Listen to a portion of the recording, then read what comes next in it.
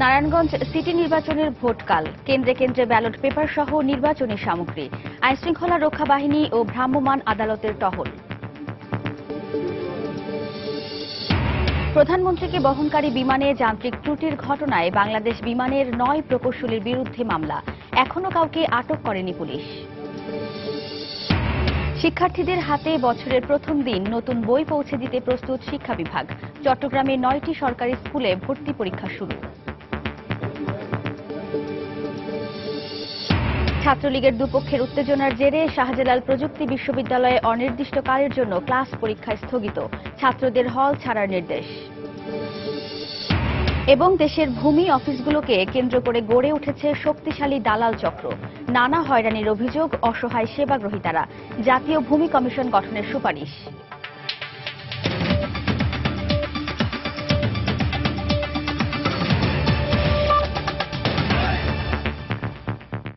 সময় সংবাদের সঙ্গে আছি আমি ওয়াহিদা স্বপ্না। আগামীকাল নারায়ণগঞ্জ সিটি কর্পোরেশন নির্বাচন। সকাল 8টা থেকে বিকেল 4টা পর্যন্ত বিরতিহীনভাবে চলবে ভোট গ্রহণ। সকাল থেকে কেন্দ্রে কেন্দ্রে পাঠানো হচ্ছে ব্যালট পেপার, ব্যালট বাক্স সহ নির্বাচনী সামগ্রী। সকাল 11টায় রিটার্নিং কর্মকর্তার কার্যালয় থেকে সরবরাহ শুরু হয় এসব সরঞ্জাম। কঠোর নিরাপত্তার মধ্য দিয়ে 174টি কেন্দ্রে এসব সরঞ্জাম পৌঁছানোর ব্যবস্থা করা হয়। গতকাল মধ্যরাতে প্রচারণা শেষ হলেও সুষ্ঠুভাবে ভোট সম্পন্ন হবে এমনটাই প্রত্যাশা ভোটার, প্রার্থী ও নির্বাচন সংশ্লিষ্ট কর্মকর্তাদের। তারা মনে করেন সিটি কর্পোরেশনের ভোটাররা স্বাধীনভাবেই তাদের মতামত প্রকাশ করবেন এবং দ্বিতীয়বারের মতো নিজেদের নগরপিতা নির্বাচন করবেন।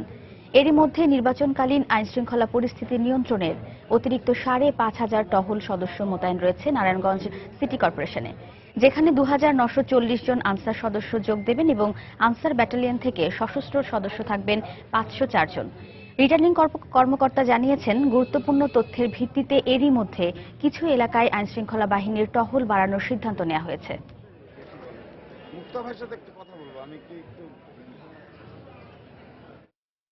যে ইন্টেলিজেন্স রিপোর্ট আছে সে অনুযায়ী আমরা কিছু কিছু এলাকায় আমাদের প্যাট্রোলিং বাড়াবো। সব মিলিয়েই আমাদের যে প্রস্তুতি তা আগামীকালকের ভোট গ্রহণকে সম্পূর্ণ নিরাপদ, আনন্দমুখর এবং উৎসবমুখর করবে বলে আমরা বিশ্বাস করি। প্রিজাইডিং অফিসারদের কাছে ব্যালট পেপার সহ যাবতীয় নির্বাচনী মাল বুঝে দিচ্ছি। তাদের সঙ্গে যে ফোর্স আছে সেই ফোর্স তাদেরকে এসকর্ট করে নিয়ে যাবে, সারা রাত থাকবে, কালকে ভোট নিয়ে আবার ফিরে আসবে। আমাদের প্রস্তুতি সম্পন্ন হয়েছে। একই সঙ্গে যারা স্ট্রাইকিং এবং মোবাইল ফোর্সের সদস্য আছেন তারা গোটা এলাকাতে প্যাট্রোলিং করছেন, যেন আমাদের এই লোকজনরা সহজে এবং নির্দ্বিধায় নিরাপদে কেন্দ্রে পৌঁছাতে। 2,940 জন আনসার সদস্য সিটি কর্পোরেশন নির্বাচন নারায়ণগঞ্জে দায়িত্ব পালন করছে। সর্বমোট 174টি ভোট কেন্দ্রে 2 জন সশস্ত্র অঙ্গীভূত আনসার সহ 14 জন অঙ্গীভূত আনসার মোতায়েন করা হয়েছে। পাশাপাশি আনসার ব্যাটালিয়ন থেকে 504 জন সশস্ত্র ব্যাটালিয়ন আনসার সদস্যকে স্ট্রাইকিং টিম হিসাবে দায়িত্ব পালন করার জন্য মোতায়েন করা হয়েছে। যে কোনো জরুরি পরিস্থিতি মোকাবেলা করার জন্য আনসার স্ট্রাইকিং ফোর্স নামে যে ফোর্সটি আছে সেখান থেকে একটি দলকে প্রস্তুত রাখা হয়েছে কুইক রেসপন্স করার জন্য, কুইক রেসপন্স টিম হিসাবে। দর্শক, এই মুহূর্তে রিটার্নিং কর্মকর্তার কার্যালয়ে আছেন সহকর্মী রাশেদ লিমন। নির্বাচনী প্রস্তুতির সবশেষ খবর জানতে সরাসরি চলে যাচ্ছি তার কাছে। লিমন। স্বপ্না, 11টার খানিকটা পরেই কিন্তু এই যে বিতরণ, আসলে এই নির্বাচন সরঞ্জামে বিতরণ কার্যক্রম শুরু হওয়ার পর থেকে কিন্তু আসলে এই রিটার্নিং অফিসারকে ঘিরে এখানের এই পুরো এলাকার কিন্তু ব্যস্ততা অনেক বেড়ে গেছে। আমরা দেখছি যে 174টি যে কেন্দ্র রয়েছে, প্রত্যেকটি কেন্দ্র থেকেই কিন্তু আস্তে আস্তে আসছে রিটার্নিং অফিসারের কাছে। তারা কিন্তু তাদের প্রয়োজনীয় সরঞ্জাম আদি একে একে করে নিয়ে যাচ্ছেন এবং আপনি দেখতেই পাচ্ছেন আপনার যে এরই মধ্যে কিন্তু এই যে কেন্দ্রে কেন্দ্রে প্রত্যেকটি কেন্দ্রের জন্য একটি একটি গাড়ি অর্থাৎ পিকআপ ভ্যান রেডি করা হয়েছে। যারা যারা এসেছেন তারা এগুলো গাড়িগুলো রেডি করে রেখেছেন এবং সেই কেন্দ্র অনুযায়ী যখন তাদের নির্দিষ্ট সিরিয়ালে বা নির্দিষ্ট সময় অনুযায়ী তাদের ডাকা হচ্ছে, তারা কিন্তু তাদের সেই যে প্রয়োজনীয় ব্যালট পেপার, ব্যালট বাক্স এবং আনুষঙ্গিক আরো জিনিসপত্র যেগুলো আছে সেগুলো নিয়ে তারা এই গাড়িতে তুলছেন এবং তাদের যে নিরাপত্তা আইন শৃঙ্খলা রক্ষাকারী বাহিনী সদস্যরা আছেন তারা সহই তারা কেন্দ্রে পৌঁছে দিচ্ছেন এবং এখান থেকে আমরা দেখেছি যেমনটি বলছিলাম যে 11টার খানিকটা পরেই শুরু হয়েছে এবং তখন কিন্তু রিটার্নিং অফিসার আমাদের সঙ্গে কথা বলেছেন। সাংবাদিকের সঙ্গে কথা বলার সময় তিনি যে বিষয়টি আবারও বলেছেন যে আগামীকাল 22 ডিসেম্বর সকাল 8টা থেকে বিকেল 4টা পর্যন্ত ভোট গ্রহণ যে অনুষ্ঠিত হবে এবং এই ভোট গ্রহণ নির্বিঘ্ন করতে এবং সুষ্ঠু ভোট নিশ্চিত করতে সব প্রয়োজনীয় সকল ব্যবস্থা নেওয়া হয়েছে বলে তিনি জানিয়েছেন। পাশাপাশি তিনি বলেছেন যে আইন শৃঙ্খলা রক্ষাকারী বাহিনীর সদস্য যারা রয়েছেন তারা কিন্তু যথেষ্ট তৎপর রয়েছেন এবং আমরাও দেখেছি আসলে যে আইন শৃঙ্খলা বাহিনীর সদস্যরা তারা কিন্তু এরই মধ্যে টহল যে নির্বাচনী এলাকায় টহল সেই টহল জোরদার করেছেন। পাশাপাশি আমরা দেখেছি যে বিশেষ বিজিবি র্যাব তারাও কিন্তু টহল দিচ্ছেন এবং বিশেষ যে এলাকাগুলো চিহ্নিত করা হয়েছে অর্থাৎ 174টি কেন্দ্রের মধ্যে 134টি কেন্দ্র আমরা জানি গুরুত্বপূর্ণ কেন্দ্র হিসেবে বলা হয়েছে যে 134টি কেন্দ্র গুরুত্বপূর্ণ সেই কেন্দ্রগুলোতে একটু বেশি টহল জোরদার করা হয়েছে সেই কেন্দ্র বা কেন্দ্রের আশেপাশের এলাকাগুলোতে এবং যারা এই নির্বাচন এই মালামাল নিতে এসেছেন আমরা দেখেছি তারা কিন্তু আসলে বিভিন্নভাবে রিটার্নিং অফিসারের কাছ থেকে পরামর্শ বা নির্দেশনা এগুলো নিয়ে যাচ্ছেন এবং রিটার্নিং অফিসার যেটা বলেছেন যে এখনকার মতো যে নির্বাচন পরিস্থিতি রয়েছে সেই পরিস্থিতিতে তিনি সন্তোষ জানিয়েছেন এবং তাদের প্রস্তুতি যেমনটি তারা বলছিলেন যে তারা তাদের এই এখন পর্যন্ত যা প্রস্তুতি বা এই মুহূর্তে যাদের যা করণীয় সেগুলো পুরোপুরি সম্পন্ন করেছে এবং আগামীকাল সকাল 8টার সময় যে ভোট গ্রহণ হবে তিনি আবারও বলেছেন এই নির্বাচন সুষ্ঠু এবং সুন্দর করতে তারা যেমনটি বদ্ধপরিকর এবং ভোটারদেরও বলেছেন যে একটি উৎসবমুখর পরিবেশ হবে এবং সেই পরিবেশে এসে সবাইকে সামিল হয়ে ভোট দেওয়ার জন্য ভোটারদের প্রতি তিনি আহ্বান জানিয়েছেন। তো এই ছিল এখনকার মতো আমার কাছ থেকে সব শেষ। স্বপ্না। দর্শক, নারায়ণগঞ্জে রিটার্নিং কর্মকর্তার কার্যালয়ের সামনে থেকে আমাদের সঙ্গে যোগ দিয়েছেন সহকর্মী রাশিদ লিমন। তিনি যেমনটি জানাচ্ছিলেন কাল নারায়ণগঞ্জ সিটি কর্পোরেশন নির্বাচনকে কেন্দ্র করে নির্বাচন অফিসের সর্বশেষ প্রস্তুতির খবর। নারায়ণগঞ্জ সিটি নির্বাচনের 16 দিনের একটানা প্রচার শেষে এখন ভোটের অপেক্ষায় নগরবাসী। ব্যালটের মাধ্যমেই জনপ্রতিনিধি বেছে নেবেন তারা, সে লক্ষ্যে সব প্রস্তুতি শেষ করেছে নির্বাচন কমিশনও। ভোটারদের নিরাপত্তায় নেওয়া হয়েছে প্রয়োজনীয় সব ব্যবস্থা। নির্বাচনের দিন ভোটারদের নির্ভয়ে ভোট দেওয়ার আহ্বান জানিয়েছেন রিটার্নিং কর্মকর্তা। বিস্তারিত জানাচ্ছেন তাফসির বাবু। শীতলক্ষার কোল ঘেঁষে গড়ে ওঠা নারায়ণগঞ্জে পৌরসভা গঠিত হয় 1876 সালে। এর 135 বছর পর 2011 সালে পৌরসভাকে উন্নীত করা হয় সিটি কর্পোরেশনে। এবার দ্বিতীয়বারের মতো অনুষ্ঠিত হচ্ছে এই সিটির নির্বাচন। গতবারের চেয়ে প্রায় 70,000 বেড়ে এবার নারায়ণগঞ্জ নগরীতে মোট ভোটারের সংখ্যা দাঁড়িয়েছে 4,74,931। এর মধ্যে পুরুষ 2,39,662 আর নারী ভোটার 2,35,269। ভোটকেন্দ্র 174টি। নির্বাচনে 27টি সাধারণ ওয়ার্ডে কাউন্সিলর পদে লড়ছেন 156 প্রার্থী।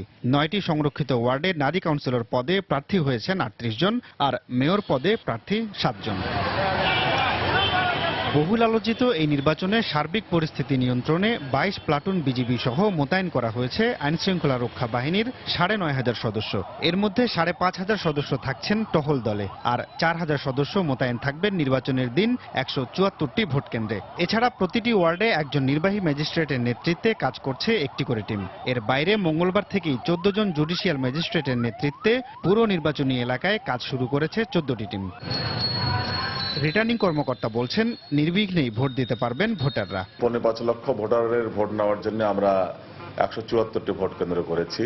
এর মধ্যে 137টি ভোট কেন্দ্রে একটু নজরদারি বেশি রাখতে হবে এবং কিছু প্রার্থীর জন্যও বা তাদের সমর্থক আছে সেদিকে আমাদের একটু নজরদারি থাকবে। 22 তারিখে সম্মানিত ভোটারদের জন্য আমি 1304টি যে কক্ষ, এই 1304টি উৎসবের দুয়ার আমি খুলে দেব। তারা ভোট দেবেন এবং উৎসব করবেন। দেশে এবারই প্রথম দলীয় প্রতীকে অনুষ্ঠিত হতে যাওয়া নারায়ণগঞ্জ সিটি কর্পোরেশনের তফসিল ঘোষিত হয় 14 নভেম্বর আর 5 ডিসেম্বর থেকে শুরু হয় আনুষ্ঠানিক প্রচারণা। ভোট গ্রহণ হবে 22 ডিসেম্বর সকাল 8টা থেকে বিকেল 4টা পর্যন্ত। তাফসির বাবু, সময় সংবাদ, নারায়ণগঞ্জ। প্রধানমন্ত্রী শেখ হাসিনাকে বহনকারী বিমানে যান্ত্রিক ত্রুটির ঘটনায় বিমান বাংলাদেশ এয়ারলাইন্সের 9 প্রকৌশলীর বিরুদ্ধে মামলা হয়েছে। গতরাতে ঢাকা বিমানবন্দর থানায় মামলাটি দায়ের করেন বাংলাদেশ বিমানের ইঞ্জিনিয়ারিং অ্যান্ড মেইনটেনেন্স বিভাগের পরিচালক এস.এম. আসাদুজ্জামান। এ ঘটনায় সম্প্রতি বরখাস্ত হওয়া 9 প্রকৌশলীর বিরুদ্ধে মামলাটি দায়ের করা হলেও এখনো কাউকে আটক করেনি পুলিশ। গত 27 নভেম্বর প্রধানমন্ত্রীকে বহনকারী বিমান বিজি 1011 ফ্লাইট ঢাকা থেকে হাঙ্গেরি যাওয়ার পথে যান্ত্রিক ত্রুটির ঘটনা ঘটে। কারণ অনুসন্ধানে 3টি তদন্ত কমিটি গঠন করা হয়। প্রতিটি কমিটির রিপোর্টে এটি মনুষ্য সৃষ্টি ত্রুটি বলে নিশ্চিত করা হয়। সময় সংবাদে আরো থাকছে।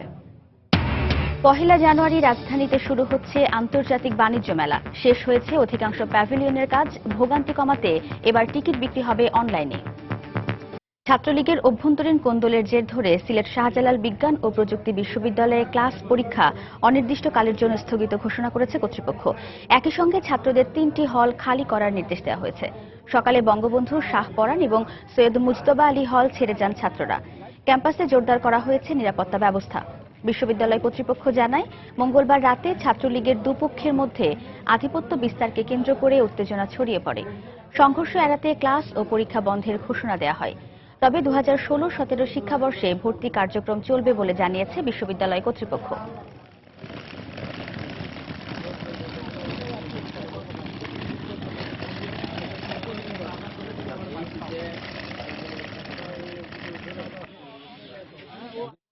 দর্শক, এই মুহূর্তে বিশ্ববিদ্যালয়ের গোল চত্বরে আছেন সহকর্মী ইকরামুল কবির।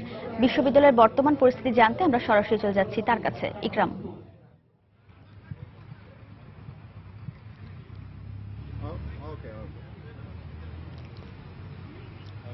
প্রেজেন্টারকে আমি এই শাহজালাল বিশ্ববিদ্যালয়ে যে ক্যাম্পাসে দাঁড়িয়ে আছি, আমরা যেটা জেনেছি এখানে ক্যাম্পাসে এসে সেটা হচ্ছে কি কালকে রাতে ক্যাম্পাসে দুজন ছাত্রলীগের দলের মধ্যে কিছু উত্তেজনা দেখা দেয়। উত্তেজনা দেখা দেওয়ার পরে ভোর 5টা পর্যন্ত বিশ্ববিদ্যালয় কর্তৃপক্ষ এবং আইন শৃঙ্খলা রক্ষায় নিয়োজিত বাহিনী সহ বিভিন্ন হলে তল্লাশি চালায় এবং তল্লাশি চালানোর পর কিছু অস্ত্রশস্ত্র উদ্ধার করে এবং 6টার সময় হল থেকে নির্দেশ দেয়। সেই সময় এবং 6টার সময় হল থেকে নির্দেশ দেওয়ার পরে শিক্ষার্থী যারা আছে 6টার সময় তারা তাৎক্ষণিকভাবে হল ত্যাগের ব্যাপারে প্রতিবাদ জানালে পরে সকাল 8টার সময় হল ত্যাগের নির্দেশ দেয় বিশ্ববিদ্যালয়ের কর্তৃপক্ষ। যে ছাত্রদের যে 3টি হল রয়েছে, শাহপরাণ হল, বঙ্গবন্ধু হল এবং সৈয়দ মুজতবা আলী হল, এই 3টি হল ত্যাগের নির্দেশ দিয়েছে। শিক্ষার্থীরা ইতিমধ্যে হল ত্যাগ করেছেন। আপনারা দেখতে পাচ্ছেন যে ক্যাম্পাসে সাজোয়া যান সহ অতিরিক্ত পুলিশ মোতায়েন করা হয়েছে পরিস্থিতি নিয়ন্ত্রণের জন্য। এখনো পর্যন্ত পরিস্থিতি বেশ শান্তই রয়েছে। আমরা সকাল থেকে বেশ কয়েক ঘন্টা এখানে ক্যাম্পাসে অবস্থান করছি। ইতিমধ্যে 11টার দিকে বিশ্ববিদ্যালয়ের উপাচার্য প্রফেসর ডক্টর মোহাম্মদ আমিনুল হক ভূঁইয়ার নেতৃত্বে সিন্ডিকেটের সভা বসেছে এবং সিন্ডিকেটের সভা থেকেই পরবর্তী সিদ্ধান্তগুলো আসবে। আমরা সেই অপেক্ষায় আছি এবং সিন্ডিকেটের যে এখানে এখন যে ছাত্রীদের হলটা রয়েছে, ছাত্রীদের হলগুলো এখনো বন্ধ ঘোষণা করা হয়নি। বিশ্ববিদ্যালয়ে কিন্তু বন্ধ ঘোষণা করা হয়নি। শুধুমাত্র শিক্ষা কার্যক্রম, পাঠদান এবং পরীক্ষা যেগুলো হবে সেগুলোই বন্ধ ঘোষণা করেছে। সভা সমাবেশ মিছিল বন্ধ ঘোষণা করা হয়েছে। আপনারা জানেন যে এখন বিশ্ববিদ্যালয়ে ভর্তি কার্যক্রম চলছে, অনার্স শ্রেণীর ভর্তি কার্যক্রম চলছে এবং ভর্তি কার্যক্রম যথারীতি চলবে এবং বিশ্ববিদ্যালয়ে যে প্রশাসনিক অন্যান্য কার্যক্রম রয়েছে সেই কার্যক্রমগুলো আমরা দেখেছি যে চলছে। এক কথা বলা যায় বিশ্ববিদ্যালয়ে আজ সকাল থেকে পরীক্ষা এবং ক্লাস যেটা হচ্ছে পাঠদান কার্যক্রম সেটা বন্ধ রয়েছে এবং অন্যান্য কার্যক্রমগুলো সুষ্ঠুভাবে চলছে। বিশ্ববিদ্যালয় ক্যাম্পাস একেবারে শান্ত পরিবেশ বিরাজ করছে। পুলিশ, সাদা পোশাকের পুলিশ সহ অন্যান্য আইন শৃঙ্খলা রক্ষার বাহিনী নিয়োজিত সদস্যরা ক্যাম্পাসে মোতায়েন রয়েছে। তবে গেটের বাইরে যারা সাধারণ শিক্ষার্থীরা ক্যাম্পাসে বন্ধ করার প্রতিবাদে, তাদের শিক্ষা কার্যক্রম ব্যাহত হওয়ার প্রতিবাদে ক্যাম্পাসের বাইরে গেটে আমরা শুনতে পেয়েছি তারা প্রতিবাদ সমাবেশ করছে। পরবর্তী সংবাদে সেই প্রতিবাদ সমাবেশের সংবাদ আপনাদের জানিয়ে দিব। এই ছিল সিলেটের শাহজালাল বিজ্ঞান ও প্রযুক্তি বিশ্ববিদ্যালয়ের সর্বশেষ পরিস্থিতি। দর্শক, সিলেট শাহজালাল বিজ্ঞান ও প্রযুক্তি বিশ্ববিদ্যালয়ের বর্তমান পরিস্থিতি জানাতে আমাদের সঙ্গে যোগ দিয়েছিলেন সহকর্মী ইকরামুল কবির। এবার পরবর্তী প্রসঙ্গ। দেশের ভূমি অফিসগুলোকে কেন্দ্র করে গড়ে উঠেছে শক্তিশালী দালাল চক্র। আর এই দালালদের দৌরাত্মে অসহায় সেবাগ্রহীতারা। পরিস্থিতি এমন যে দালালদের কারণে দিনকে দিন ম্লান হচ্ছে ভূমি অফিসের অর্জনও। ভূমি গবেষকদের মত, এক্ষেত্রে জনসাধারণ তথা সেবা গ্রহীতাদের আরও সচেতন হতে হবে। পাশাপাশি হয়রানি ও দুর্ভোগ লাঘবে একটি জাতীয় ভূমি কমিশন গঠনেরও সুপারিশ তাদের। আর মন্ত্রী বলছেন, ভূমি ব্যবস্থাপনার ডিজিটালাইজড করার কাজ চলছে। এটি সম্পূর্ণ হলে কাজের গতি যেমন বাড়বে, তেমনি হয়রানিও কমবে। সাইদুল ইসলামের ছবিতে বিস্তারিত জানাচ্ছেন আতিকুর রহমান তমাল। সবাই বলে ভূমি অফিস নাকি দুর্ভোগ আর ভোগান্তির অপর নাম। সত্যি কি তাই? সেটি জানতে আজ আমরা নারায়ণগঞ্জের রূপগঞ্জে। তুলনামূলক পরিপাটি এই অফিসে ঢুকেই অসংখ্য নোটিশ চোখে পড়ে, যার একটিতে বলা হচ্ছে সেবা গ্রহণে সমস্যা হলে সরাসরি এসিল্যান্ডকে ফোন করুন। কিন্তু অনেকেই সে কাজটি করেন না। এই যেমন মজিবর সাহেব, তিনি 15% জমি খারিজ করাতে চান। এই পরিমাণ জমির খারিজ মূল্য হওয়ার কথা 2 থেকে 2,500 টাকা, কিন্তু মজিবর ভূমি অফিসের তেমন কিছু বোঝেন না। তাই এসিল্যান্ডকে ফোন করা তো দূরের কথা, অফিসের কারো সাথে যোগাযোগ না করে খারিজ ফর্ম কিনতে গেলেন বাহিরের ফটোকপির দোকানে। মজিবরের মতো আমরাও জানতে চাই কিভাবে খারিজ করাতে হয়। দোকানি সাইদ 5 পাতার একটি ফর্মের দাম 100 টাকা রেখে সেটি পূরণ করতে আমাদের পাঠালেন তারই ছোট ভাই শরীফের মুদি দোকানে। বলা চলে মুদি দোকানেই চলছে ভূমি অফিসের কাজ। শরীফ অল্প কিছু শূন্যস্থান পূরণ করে বড় ভাই সাইদকে ফর্ম পূরণের টাকা বুঝিয়ে দিতে বললেন। শুরুতে এ কাজের জন্য যা খুশি দিয়েন এমন কথা বললেও এবার সাইদের ভিন্ন সুর।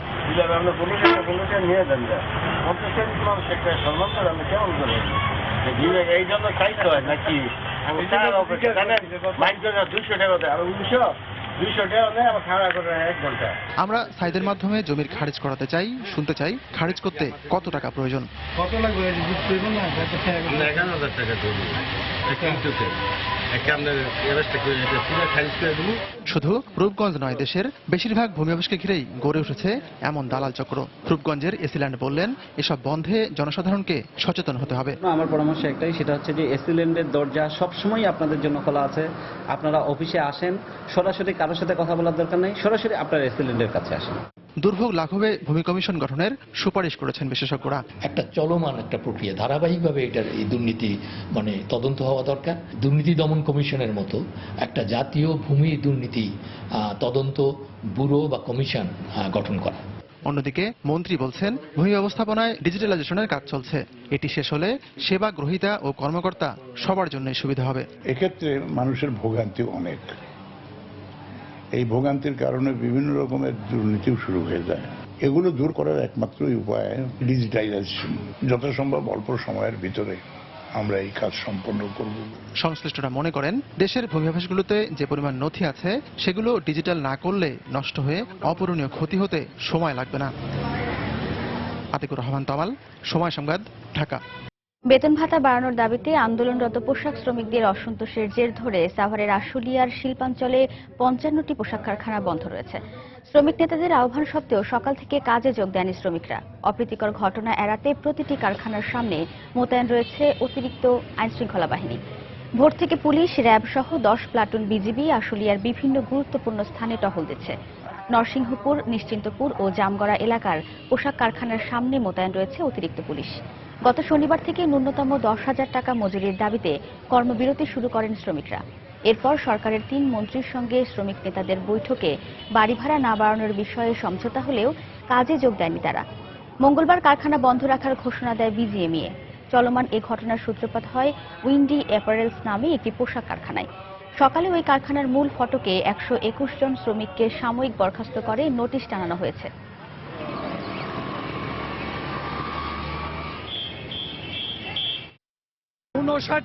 টা ফ্যাক্টরি আজকে বন্ধ আছে।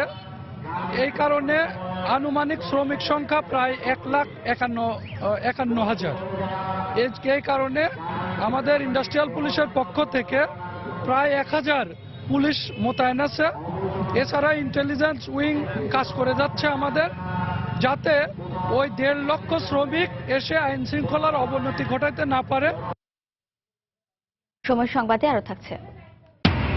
মেক্সিকোয় আতশবাজির মার্কেটে বিস্ফোরণে অন্তত 29 জন নিহত, আহত অর্ধশতাধিক, নিহতের সংখ্যা বাড়ার আশঙ্কা।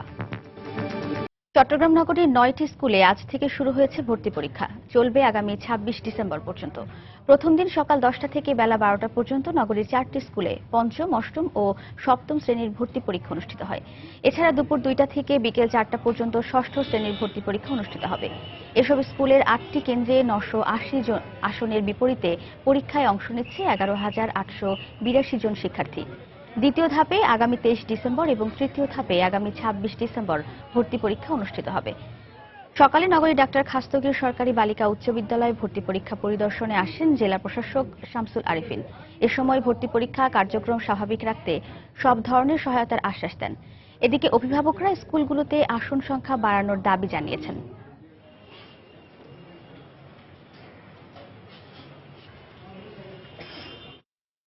অনেক স্টুডেন্ট তাছাড়া ওরা ভয়টা একটু বেশি পায়, এর মধ্যে আবার সিটও কম। কারণ এখানে মুক্তিযোদ্ধা কোটা আছে, উপজাতির কোটা আছে, তারপর আপনার প্রতিবন্ধী আছে, তো আর এদের জন্য রইল কি? শিক্ষকদের কোটা আছে। একটা পরীক্ষা দিলে একটা স্কুলে চয়েস, এদের জন্য বাচ্চাদের জন্য টেনশন যেমন বেড়ে গেছে তেমন গার্ডিয়ানদের জন্য টেনশন বেড়ে গেছে। অত্যন্ত নির্বিঘ্নে শান্তিপূর্ণভাবে কোলাহল মুক্ত পরীক্ষা হচ্ছে এবং পরীক্ষার্থীদের ভিতরে আপনারা দেখেছেন যে তারা অত্যন্ত মনোযোগ সহকারে পরীক্ষা দিচ্ছে। আমি মনে করি যে আমরা ইনশাল্লাহ এই ধারা অব্যাহত রাখতে পারবো। শান্তিপূর্ণভাবে সবাই যারা ভর্তি পরীক্ষায় অংশগ্রহণ করতে যাচ্ছে সবাই সুন্দরভাবে পরীক্ষা দিতে সক্ষম হবে।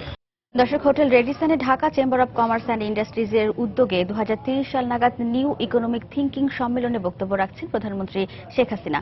আমরা সরাসরি চলে যাচ্ছি সেখানে। উন্নয়নমূলক উন্নয়নের ধারায় 2030 সালের মধ্যে বাংলাদেশ বিশ্বে একটি দারিদ্র্যমুক্ত দেশ হিসেবে স্বীকৃতি অর্জন করবে। আমরা 2030-এর পূর্বেই তা অর্জন করতে পারব। এই লক্ষ্য পূরণে বিনিয়োগ সম্ভাবনা বৃদ্ধি, কর্মসংস্থান সৃষ্টি ও ব্যবসার পরিবেশ উন্নয়ন, কস্ট অফ ডুইং বিজনেস হ্রাসকরণ ও অগ্রাধিকারমূলক শিল্পে বর্তমান সরকারের নৈতিক ও আর্থিক সহায়তা অব্যাহত রয়েছে।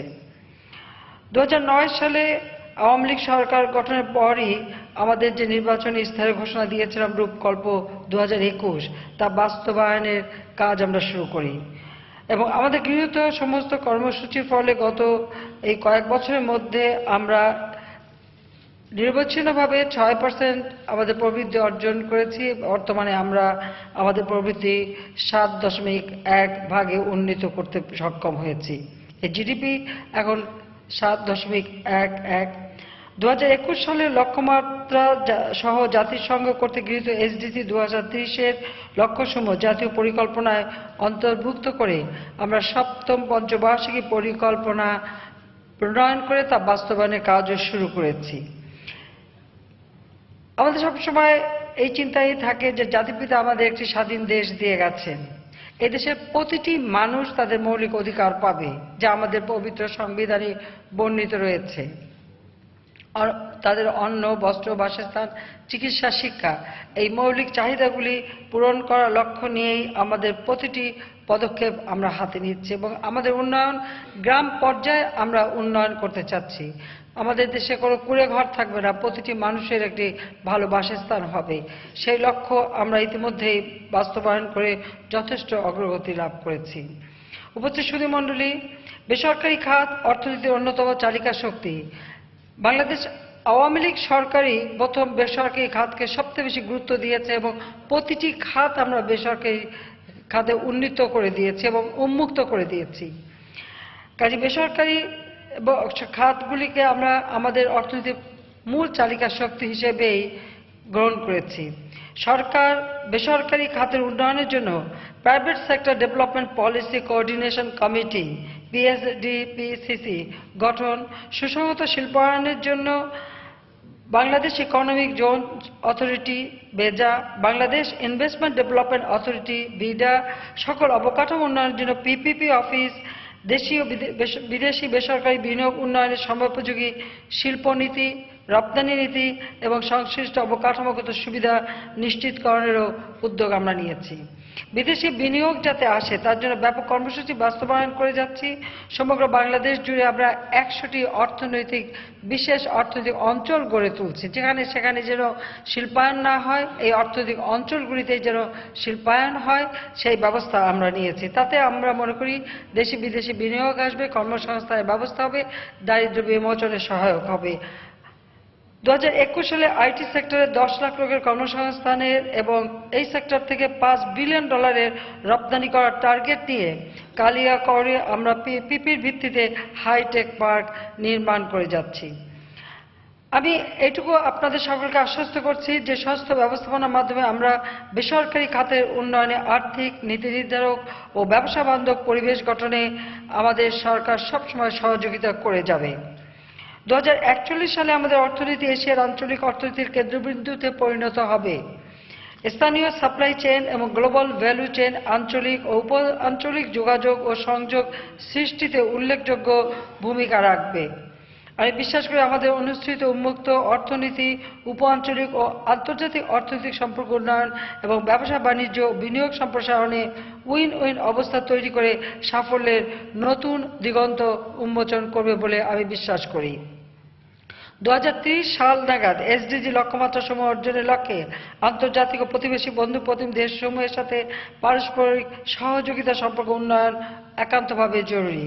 এছাড়া বিসিআইএম, বিবিআইএন, সার্ক, আসিয়ান, বিমস্টেক, সাসেক এবং পূর্ব ইউরোপ পর্যন্ত বাংলাদেশি পণ্যের প্রবেশাধিকার দ্রুত উন্নত আঞ্চলিক সহযোগিতা, আন্তর্জাতিক যোগাযোগ, ব্যবসা বাণিজ্যিক কার্যক্রমকে আরও সহজতর ও গতিশীল করবে।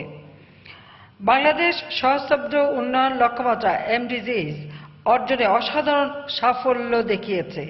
একইভাবে টেকসই উন্নয়ন লক্ষ্যমাত্রা অর্থাৎ এসডিজিস 2030 এর সুনির্দিষ্ট লক্ষ্যসমূহ আমরা অর্জন করতে পারব বলে আমি বিশ্বাস করি এবং এই অর্জনের মধ্য দিয়ে যেভাবে এমডিজি অর্জনের মধ্য দিয়ে বাংলাদেশ বিশ্বব্যাপী একটি উন্নয়নের রোল মডেল হিসেবে প্রতিষ্ঠিত হয়েছে, এসডিজি অর্জনেও বাংলাদেশ ইনশাআল্লাহ রোল মডেল হবে, এই বিশ্বাস আমার আছে।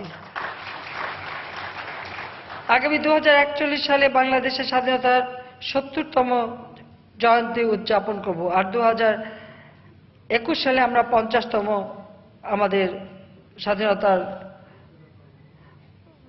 প্রতিষ্ঠা বার্ষিকী আমরা উদযাপন করব, সুবর্ণ জয়ন্তী পালন করব। এই ক্ষেত্রে আমাদের যে লক্ষ্য, সেই লক্ষ্য সুনির্দিষ্ট করে আমাদের এগোতে হবে এবং আমরা দৃঢ়ভাবে বিশ্বাস করি 2041 সালের মধ্যে বাংলাদেশ $2.5 ট্রিলিয়ন অর্থনীতি হবে এবং জনপ্রতি মাথাপিছু আয় $12,600 আমরা উন্নীত করতে পারব। একই সঙ্গে আমাদের রপ্তানি আয় $350 বিলিয়ন অতিক্রম করবে এবং দেশি বিদেশি বিনিয়োগের পাশাপাশি বিদেশি বিনিয়োগের পরিমাণ হবে $2.5 বিলিয়ন মার্কিন ডলার থেকে বৃদ্ধি পেয়ে $130 বিলিয়ন মার্কিন ডলারে আমরা উন্নীত করতে পারব। 41 সালের মধ্যে বাংলাদেশকে একটি উন্নত অর্থনীতিতে পরিণত করতে বিশ্ব ব্যাংক কর্তৃক পরিণত cost of doing business index, world economic forum কর্তৃক পরিণত গ্লোবাল কম্পিটিটিভ ইন্ডেক্স, জাতিসংঘ কর্তৃক পরিণত হিউম্যান ডেভেলপমেন্ট ইন্ডেক্স এবং অন্যান্য সংস্থা কর্তৃক পরিণত গ্লোবাল ইনোভেশন ইন্ডেক্স সহ লজিস্টিক্স পারফরম্যান্স ইন্ডেক্সে বাংলাদেশের অবস্থান উন্নয়নে সরকার সুদূর প্রসারী লক্ষ্য নিয়ে কাজ করে যাচ্ছে। দারিদ্র্যসীমা 2005 সালে যা ছিল প্রায় 40%, সেখান থেকে আমরা কমিয়ে 2015 সালে 22.4-এ নামিয়ে এনেছি। মাথাপিছু আয় বর্তমানে $1466 মার্কিন ডলার হয়েছে। 2005 সালে যেখানে রপ্তানি আয় ছিল $10.5 বিলিয়ন মার্কিন ডলার, সেখানে বর্তমান অর্থবছরে তা $34 বিলিয়ন ডলারে পৌঁছেছে। বৈদেশিক মুদ্রার মজুদ বর্তমানে $32 বিলিয়ন মার্কিন ডলার। আমাদের উন্নয়ন প্রকল্পের 90% অর্থ আমরা নিজস্ব অর্থায়নে ব্যয় করতে সক্ষম হচ্ছি, আমরা নিজের পায়ে দাঁড়াচ্ছি। বিদ্যুৎ জ্বালানি খাতের উন্নয়ন বাংলাদেশের অর্থনীতিকে আরও গতিশীল করেছে। গত 7.5 বছরে 105টি বিদ্যুৎ কেন্দ্র তৈরি করে আমরা বিদ্যুৎ উৎপাদনের পরিমাণ 15,000 মেগাওয়াটে উন্নীত করেছি এবং 78 ভাগ মানুষ এখন বিদ্যুৎ পাচ্ছে। যে সমস্ত এলাকায় গ্রিড লাইন নাই, অফ গ্রিড এলাকায় 45 লক্ষ সোলার হোম সিস্টেম স্থাপন করা হয়েছে। আমাদের রূপকল্প 2021 অনুযায়ী আগামী 2021 সালের মধ্যে বাংলাদেশের প্রতিটি ঘরে ঘরে আমরা আলো জ্বালবো, কোনো ঘর অন্ধকার থাকবে না, অর্থাৎ সব ঘরেই আমরা বিদ্যুৎ দেব। 2041 সালের মধ্যে 60,000 মেগাওয়াট বিদ্যুৎ উৎপাদনের লক্ষ্য নিয়ে আমরা আমাদের মহাপরিকল্পনা বাস্তবায়ন করে যাচ্ছি। গ্যাসের উৎপাদনও আমরা ইতিমধ্যে বৃদ্ধি করেছি এবং আমরা চাচ্ছি তা আরও বৃদ্ধি পেয়ে প্রায় 2,740 মিলিয়ন ঘনফুটে ইতিমধ্যে আমরা উন্নীত করেছি এবং চাহিদা মতো আমরা করতে পারবো, আরও সেইভাবে আমরা বিভিন্ন পরিকল্পনা বাস্তবায়ন করছি। আমরা ফাস্ট ট্র্যাক প্রকল্প হিসেবে কতগুলি প্রকল্প চিহ্নিত করেছি, যেমন গভীর সমুদ্র বন্দর, পারমাণবিক বিদ্যুৎ কেন্দ্র, কয়লাভিত্তিক বিদ্যুৎ প্রকল্প, মেট্রো রেল, আন্তর্দেশীয় রেল প্রকল্প এবং এলএনজি টার্মিনাল সহ আমরা বিভিন্ন প্রকল্প বাস্তবায়ন করে যাচ্ছি। বঙ্গবন্ধু স্যাটেলাইট ও কর্ণফুলী নদীর তলদেশে দেশের প্রথম টানেল নির্মাণের কাজ ইতিমধ্যে শুরু হয়েছে। নিজস্ব অর্থায়নে পদ্মা সেতু আমরা নির্মাণ করছি। আমি বিশ্বাস করি এই সকল প্রকল্প বাস্তবায়ন হলে আমাদের অর্থনীতি আরও গতিশীল হবে, শক্তিশালী হবে। উপস্থিত সুধীবৃন্দ, ঢাকা চেম্বার এই কনফারেন্সের মাধ্যমে আগামী 2041 সালের বাংলাদেশের উন্নয়ন লক্ষ্যমাত্রা অর্জনে প্রয়োজনীয় রূপরেখা, ইনোভেটিভ কনসেপ্ট ও চ্যালেঞ্জ সহ মোকাবেলায় প্রয়োজনীয় দিক নির্দেশনা তুলে ধরবে। আজ যে কৌশলপত্র তৈরি হবে তাতে দেশের উদীয়মান সম্ভাবনাগুলোকে তুলে ধরা হবে বলে আমি বিশ্বাস করি। অর্থনৈতিক উন্নয়নের প্রসঙ্গে জাতির পিতা 1974 সালে 15 ডিসেম্বর জাতির উদ্দেশ্যে দেওয়া ভাষণের অংশ বিশেষ আমি এখানে উদ্ধৃত করছি।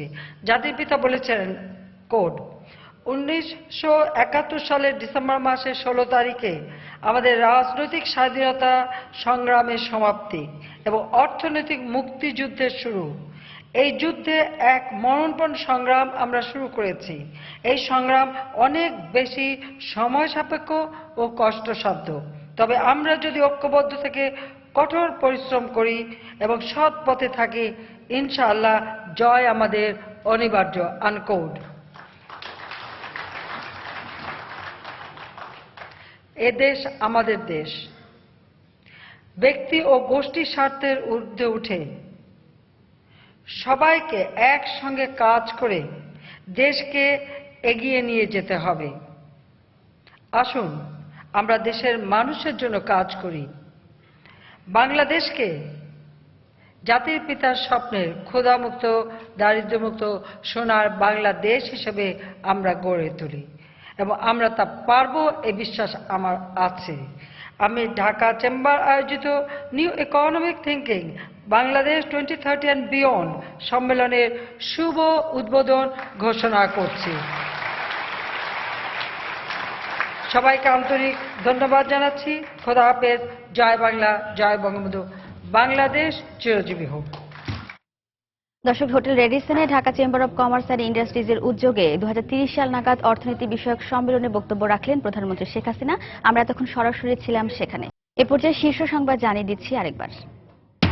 নারায়ণগঞ্জ সিটি নির্বাচনের ভোটকাল, কেন্দ্রে কেন্দ্রে ব্যালট পেপার সহ নির্বাচনী সামগ্রী, আইনশৃঙ্খলা রক্ষা বাহিনী ও ভ্রাম্যমাণ আদালতের টহল।